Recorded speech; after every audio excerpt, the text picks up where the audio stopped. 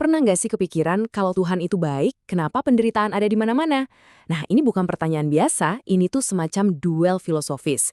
Kita bakal coba bedah duel ini langkah demi langkah, dan kita akan lihat gimana argumen yang kelihatannya paling kuat, malah bisa jadi bumerang buat dirinya sendiri. Yuk kita mulai.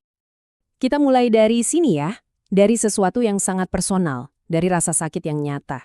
Karena jujur aja, masalah kejahatan ini bukan cuma teori-teori abstrak di buku filsafat kan? Ini nyata.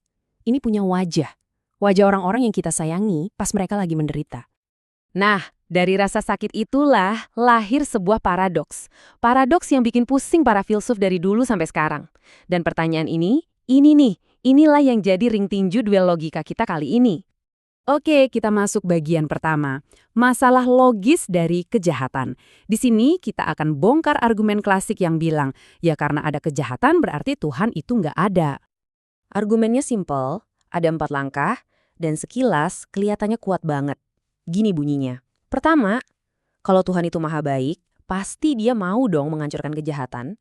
Kedua, kalau Tuhan itu maha kuasa, artinya dia bisa menghancurkan kejahatan. Nah, yang ketiga ini fakta lapangan yang kita semua tahu. Kejahatan tuh masih ada aja, nggak hancur. Jadi, kesimpulannya, ya Tuhan yang kayak gitu nggak mungkin ada. Oke, lanjut ke bagian 2, pembelaan soal kehendak bebas. Nah, ini menarik. Sanggahan pertama ini nggak langsung menyerang 3 premis tadi.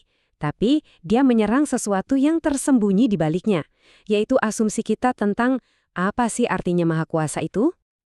Dan pertanyaan ini, wah ini mengubah arah permainan.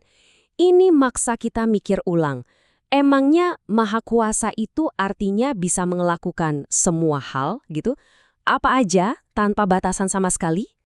Jadi gini, poin utamanya maha kuasa itu artinya bisa melakukan apapun yang logis, yang mungkin secara logika bikin lingkaran bentuknya kotak.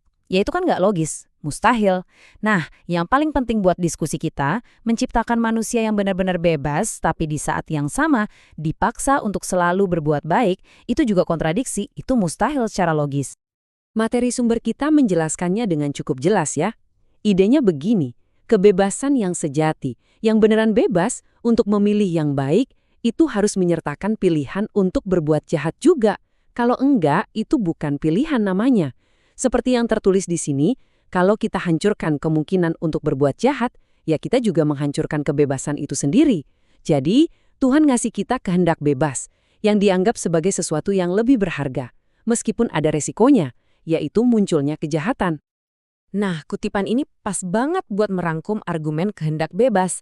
Kebebasan yang dipaksakan itu kontradiksi. Simpel kan? Intinya, kita nggak bisa dapat dua-duanya. Dunia yang punya kebebasan sejati, ya otomatis jadi dunia di mana kejahatan itu sebuah kemungkinan. Oke, kita masuk babak ketiga. Argumennya berevolusi. Tapi jangan kira duelnya selesai di sini. Belum. Argumen yang awal tadi sekarang beradaptasi, jadi makin tajam. Coba perhatiin baik-baik ya. Ini keren banget sih, gimana cuma satu kata kecil bisa mengubah total arah argumen filosofis yang rumit ini. Kelihatan kan katanya? Belum.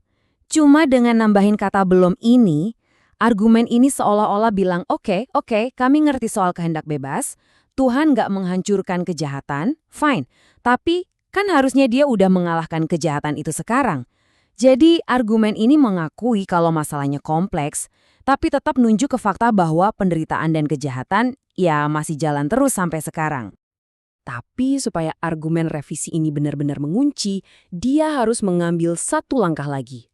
Langkah yang sangat berani, berubah dari sekedar ngomongin kondisi sekarang jadi sebuah prediksi tentang selamanya.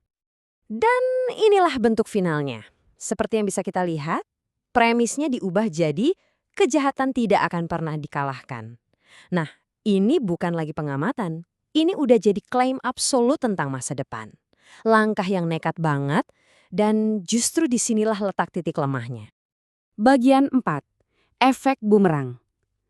Nah, ini dia puncaknya.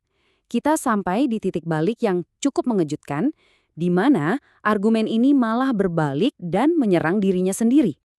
Pertanyaannya sederhana, tapi dalam banget. Emangnya ada manusia yang bisa benar-benar tahu kalau kejahatan itu tidak akan pernah dikalahkan? Untuk bisa bilang sesuatu itu nggak akan pernah terjadi sampai kapanpun, selamanya, kita butuh pengetahuan kayak gimana coba? Inilah yang disebut efek bumerang. Argumennya jadi runtuh karena premis terakhirnya, kejahatan tidak akan pernah dikalahkan, itu adalah klaim yang mustahil dibuktikan oleh manusia. Kenapa? Ya karena untuk bisa tahu itu, seseorang harus punya pengetahuan yang setara dengan Tuhan, tahu segalanya. Dengan kata lain, untuk bisa membuktikan Tuhan gak ada pakai argumen ini, Anda justru harus jadi Tuhan dulu. Kan aneh. Jadi, ironis banget kan? Argumen yang awalnya dibangun di atas logika murni, di langkah terakhirnya justru harus bergantung pada keyakinan. Sebuah iman. Percaya bahwa kejahatan bakal menang selamanya, itu bukan kesimpulan logis. Itu adalah sebuah pernyataan iman. Iman pada pesimisme. Lalu gimana dengan kesimpulan dari sisi sebaliknya? Argumennya pakai premis yang sama.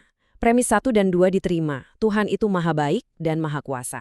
Premis 3 juga diterima, kejahatan belum dikalahkan. Tapi, lihat kesimpulannya. Kesimpulannya justru dibalik. Justru karena Tuhan itu baik dan berkuasa, maka itu jadi jaminan kalau suatu saat nanti kejahatan pasti akan dikalahkan. Kutipan ini merangkum semuanya dengan baik. Kalau Tuhan yang baik dan berkuasa itu juga maha tahu, artinya dia tahu akhir dari segalanya sejak awal, maka kejahatan yang kita lihat sekarang ini bukanlah tanda kekalahan.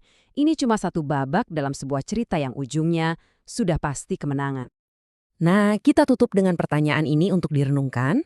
Kalau kita memandang penderitaan di dunia ini bukan sebagai bukti kalau semuanya sia-sia, tapi sebagai sebuah pertempuran yang masih berlangsung, dalam perang yang hasilnya udah pasti menang, kira-kira gimana itu mengubah cara kita berjuang, cara kita bersedih, dan cara kita berharap?